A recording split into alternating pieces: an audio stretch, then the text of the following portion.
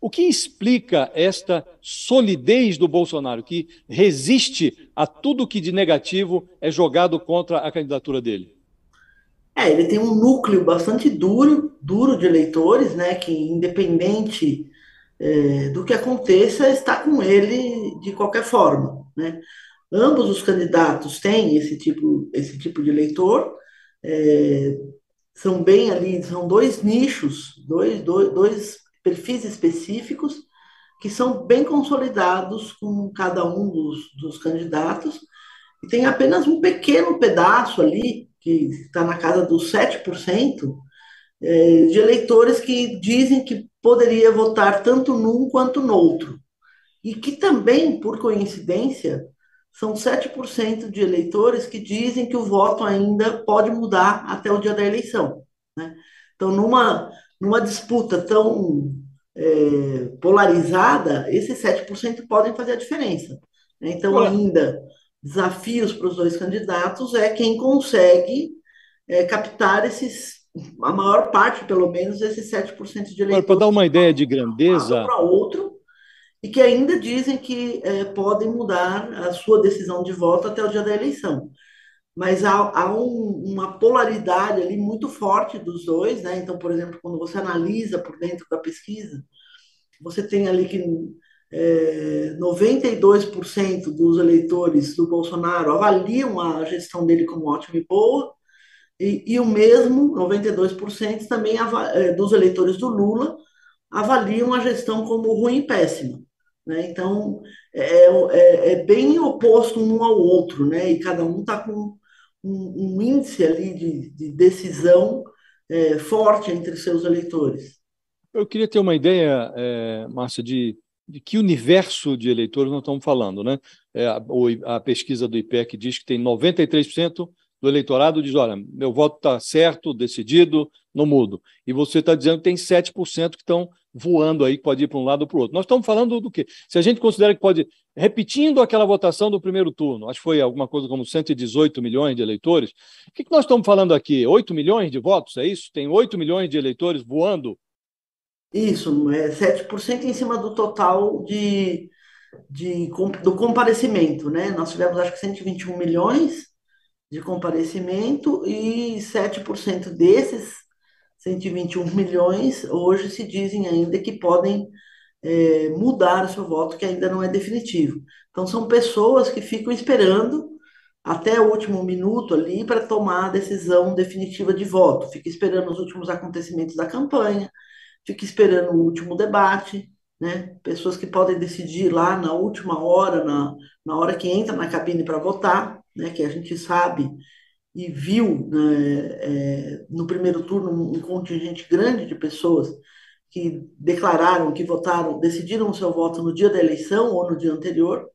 Então sempre tem isso na eleição, por isso que a gente sempre diz também que a pesquisa não faz uma projeção do resultado futuro, né? Porque tem um contingente ali que decide realmente na última hora e que também não rejeita nenhum dos dois candidatos, que pode ir para um lado ou para o outro. Se essas pessoas se decidem de forma similar aos já decididos, não tem diferença com a pesquisa. Mas não, elas podem ir majoritariamente para um ou para outro candidato. E isso Ô, pode fazer a diferença sim. ô Márcia, é possível dizer que a tendência de crescimento de Bolsonaro, ela freou? Porque quando que se diz isso, né? Porque eu lembro que a gente conversou sobre isso, que havia uma tendência de crescimento. Até pegando o embalo do primeiro turno, o resultado do primeiro turno, a pesquisa que veio, as primeiras pesquisas, aí estou falando até além do IPEC, de outros institutos, né? Que foram mostrando uma tendência de crescimento de Bolsonaro. Com duas pesquisas mostrando estabilidade, é possível dizer que essa tendência de crescimento de Bolsonaro, ela está freada, não? Realmente a gente estava observando uma tendência aí de crescimento ponto a ponto, né? Não eram crescimentos fora da margem de erro, mas eram sistematicamente na mesma direção, né? Então a avaliação vinha melhorando ponto a ponto. Essa pesquisa mostra que estabilizou no patamar de avaliação que a gente tinha anteriormente, né? Então, aparentemente, a gente precisa ver mais uma pesquisa se isso foi apenas uma oscilação amostral, né? Um resultado ali que, que não teve esse movimento, mas aparentemente sim, né? Aparentemente aquela curva de crescer um ponto a ponto na avaliação e no voto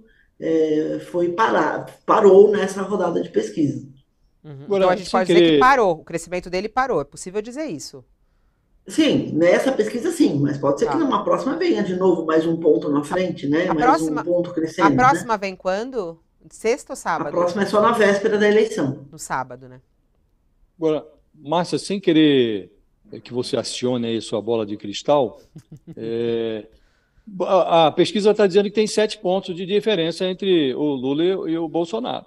É, e nós estamos falando que tem 7% de eleitores que estão voando aí, pode ir para um candidato para o outro. A possibilidade desse 7% ir todo para um candidato é muito improvável, né? Agora, pela diferença que a pesquisa apresenta, para que o Bolsonaro se tornasse competitivo, que chegasse à urna com chance de vencer, hoje, base nessa pesquisa, ele teria que conquistar todos esses 7 pontos. É isso. O que parece muito improvável. É essa a leitura?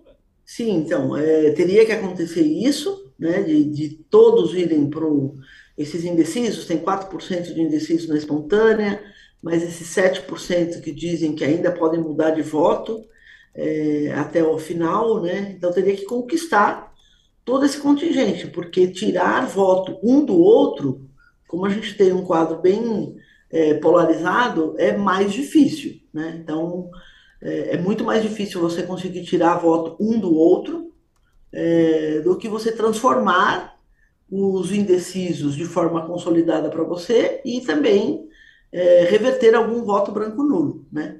O importante que a gente tem que ver é que numa eleição de segundo turno, quando você tira o voto de um candidato para o outro, né? Se você consegue mobilizar aí, por exemplo, um ponto percentual, a distância entre os dois candidatos aumenta ou diminui em dobro, né? Porque sai de um e vai para o outro.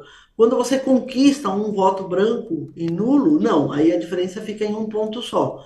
Mas quando há troca, é, é dobrado, né, a distância, ou para Então, aumentar ou para diminuir. considerando que a troca é menos provável, uma vez que a maioria, grossa maioria, diz estar convicto, a gente pode dizer que o Lula é favorito ainda hoje. Sim, hoje ele a gente tem que acompanhar os fatos aí ao longo da semana, né? Que o que não falta são fatos que acontecem, acontecimentos durante a campanha, e o último debate, né? Acho que o último debate também sempre tem um peso muito importante aí na decisão final de voto do eleitor.